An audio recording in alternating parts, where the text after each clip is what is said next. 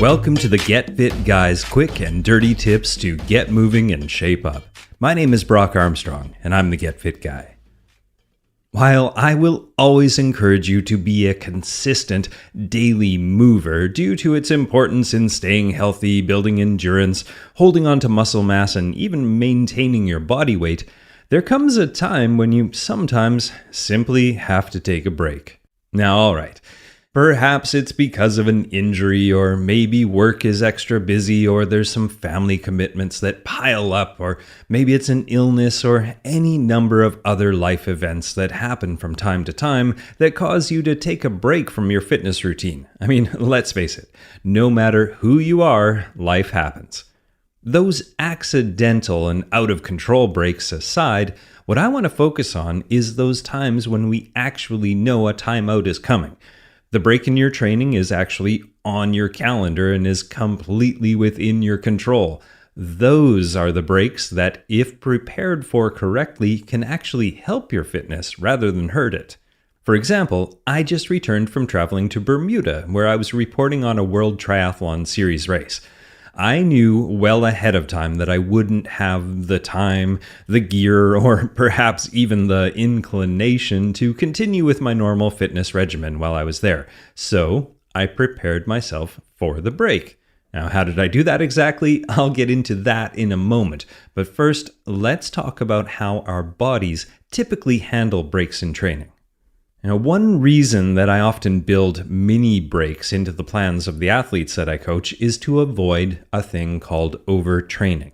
Now, doing too much at too high an intensity for too long can lead to things like injury, depression, fatigue, and eventually poor performance in your chosen sport. Now, taking a break, or even what I like to call a reboot week, can help my athletes recover and come back ready to rock again. And no, that time away from serious training does not have to hurt the gains that they have made. For more information on that, you can check out the article called Why Training Timeouts Can Be Positive. Now, often it's helpful for us avid movers to take days off to get rid of fatigue that accumulates in our body. I mean, after all, that's how fitness is built, right? Stress and rest. You can't have one without the other.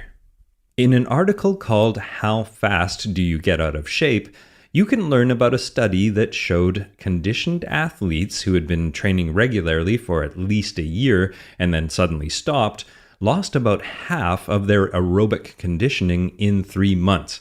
There's also research that shows beginner exercisers who have worked out for only about 2 months experience a complete loss of all aerobic conditioning after 2 months of not working out. So, all in all, the losses are not that fast, even if you're a beginner.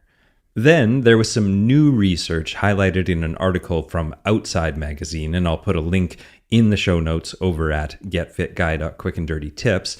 That article explained that you should never, ever stop training for more than 2 weeks if you can help it. And I probably don't need to tell you that research turned some heads. In that article, the researchers explain how when you first start working out, you get strong very quickly with just a few sessions because at this stage, your muscles aren't very big. These gains happen primarily due to neuromuscular adaptation, not musculoskeletal adaptation. Now, basically, this means that before your muscles even start to get bigger or thicker, your brain gets better at communicating with those muscles and recruiting them to do their bidding.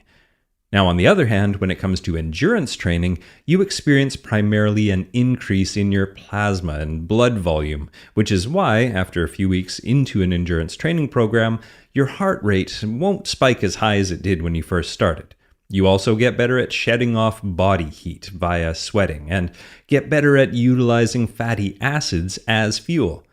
Now, in that Outside Magazine article, the researchers explain that if you keep up strength training, you'll gain muscle mass and strength. And if you keep up your endurance training, after 6 months, it's possible to increase your blood volume by as much as 27%. Now, that sounds all good, right? Well, sadly, the researchers go on to say that all of these benefits can disappear if you stop training for approximately 10 to 14 days. Now, at that time, your maximum oxygen utilization drops at a rate of about 0.5% per day. Beyond a 2-week break, your brain's ability to recruit muscles drops by 1 to 5%. And after 3 to 4 weeks, your muscles begin to atrophy and your fatty acid utilization drops and you become more sensitive to fluctuations in blood sugar. Now, in the end, the researcher says that you can roughly expect to take twice as long to get back into shape as the time you spent being inactive. So, for example, if you take 2 weeks off, it could take 4 weeks to build back up to your previous fitness. But, as we talked about earlier, if you're already fit with a good training history, the time it takes to regain fitness can definitely be shortened. And that time off can also be used to our advantage through something called supercompensation. Now, I'm going to get a little nerdy right here for a second, but supercompensation is defined in sports science theory as the post-training period during which the trained function parameter has a higher performance capacity than it did prior to the training period. And it is how we get ourselves into that state, which is our focus for this podcast. Okay, back to overreaching and overtraining. Now, the most common source of stress that we active folks experience is called cumulative microtrauma. It sounds pretty cool, right? This is basically the accumulated cell damage that's brought on by all those repeated exercise sessions. When you combine that stress with all of the other of life's stressors like work and family and money and school and relationships, well, you can put your body into one of two states. And the first state is called overreaching, which is an accumulation of training or non-training stress that results in a short-term decrement in performance capacity with or without related physiological and psychological signs and symptoms of overtraining. Now, in this state, restoration of your performance capacity can take several days to several weeks. Now, the second one is overtraining, which is pretty much the same thing, but it's just a little bit heavier. Now, in this greater state of stress, restoration of performance capacity may take from several weeks to several months.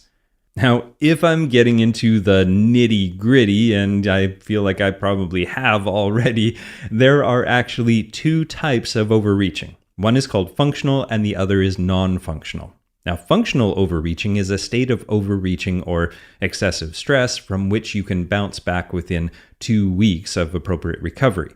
And non-functional overreaching is when it takes longer than 2 weeks, or maybe even up to 6 weeks to bounce back. Okay, so all this nerding out, what does it have to do with taking a break from your training? Well, I'm glad you asked. At this point, I want you to know that although all of that stuff sounds pretty scary, it should not be your goal to avoid overreaching.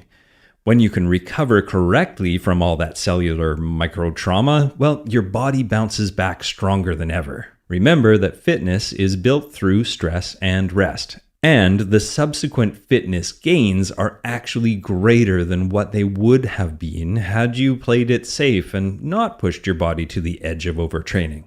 And that's the whole idea in a nutshell, really. Push yourself to the edge or overreach and then achieve full recovery. And that way you reap the subsequent fitness gains. Now, as I said earlier, the nerdy fitness term for this is called supercompensation. And based on this principle, you absolutely must push yourself beyond your limits occasionally. Take a look at any good training plan, whether it's marathon, bodybuilding, or otherwise, and you will see that they have some amount of purposeful accumulation of fatigue followed by a period of recovery that results in supercompensation in an ever-growing escalation of performance and fitness. Now, it's often hard to explain this to a new athlete who really wants their fitness build to be more of a straight line in an upward slope that's going directly from their couch to the podium. In reality, it looks a lot more like a mountain range with many peaks and nearly as many valleys. But all right, let's come full circle back to where we started. When you know that you have a break in your training and you will be either forced or voluntarily put into a period of recovery, like I was last week on those Bermudan beaches, we can use this idea of supercompensation to our advantage. Instead of experiencing losses in fitness that were highlighted in all those research studies we talked about earlier, we can actually grow our fitness and our strength during that time off. And this is how you do it. Number 1. Identify when the break in your training is going to happen. Then number 2, in your training plan, 2 to 3 weeks before that break, remove your normal rest and recovery days and instead begin a gradual build in your training load. Now, this may include some extra kilometers of running and cycling, or maybe some extra weight on the bar when you're lifting, or maybe some back-to-back workouts that would normally be separated by 24 to 48 hours. Now, number 3, in the final week before the break, dig deep. And I usually don't say this, but feel free to ignore that inner voice of reason, which I usually encourage you to heed. Launch yourself out of bed and into your workout clothes, despite feeling a desire to hit the snooze button and call it a rest day, knowing that you will soon get all the rest you need. And number 4 is be careful not to push yourself fully into overtraining, because that takes too long to recover from. But definitely allow yourself to accumulate more fatigue than you normally would. Don't be unreasonable, but also, as we say in the biz, don't be a wimp. Now, here's an interesting study that was published in the Medicine and Science in Sports and Exercise that serves as a perfect example of supercompensation and recovery. Now, in this study, researchers divided fit athletes into 2 groups. Both groups spent 1 week doing their regular training, but then for the next 3 weeks, one group continued doing their regular training while the other group ramped up their training by about 40%. Then, both groups did what is called a taper, which is a purposeful and gradual decrease in their training, and they did that for a week before the research culminated in a final performance test. Now, in the same way that we are planning for that beach vacation, their goal was to push the 40% increase group into a state of functional overreaching. Now, as expected, the performance of the overreaching group, well, it got steadily worse over those 3 hard weeks. But then, after the taper, their fitness supercompensated and they had the absolute best results of the study. So, there we have it. By planning some hard and heavy weeks leading up to a vacation or a break, not only can we avoid detraining and losing fitness and having to make up for lost time, we can actually increase our fitness as we relax on that beach, with the caveat that this doesn't give us license to go off the deep end completely. We still need to give our body what it needs to repair and rebuild. Things like general movement and good food and adequate hydration and some good deep sleep. What we don't have to do is pack our kettlebells in our carry-on or set an alarm to get up before dawn to try to go and bust out a quick 10K before our loved ones wake up in order to stick to our awesome fitness goals. Now, before I wrap up, I want to thank everybody who's been asking some great questions over at Facebook and on Twitter. It's really fun having these conversations and getting some good, solid feedback from you guys. So remember that you can find me at facebook.com/getfitguy or twitter.com/getfitguy. And I'm always checking on that stuff, and I'm happy to answer your questions. And I'm also happy to take those questions and answer them live every 2 weeks on Facebook. I get on there on Friday afternoons if you're in the East and Friday mornings if you're in the West, and answer your questions in person right there on Facebook. So I will see you there. And in the meantime, my name is Brock Armstrong and I'm the Get Fit Guy. Asking you, what are you waiting for? Go get fit. fit.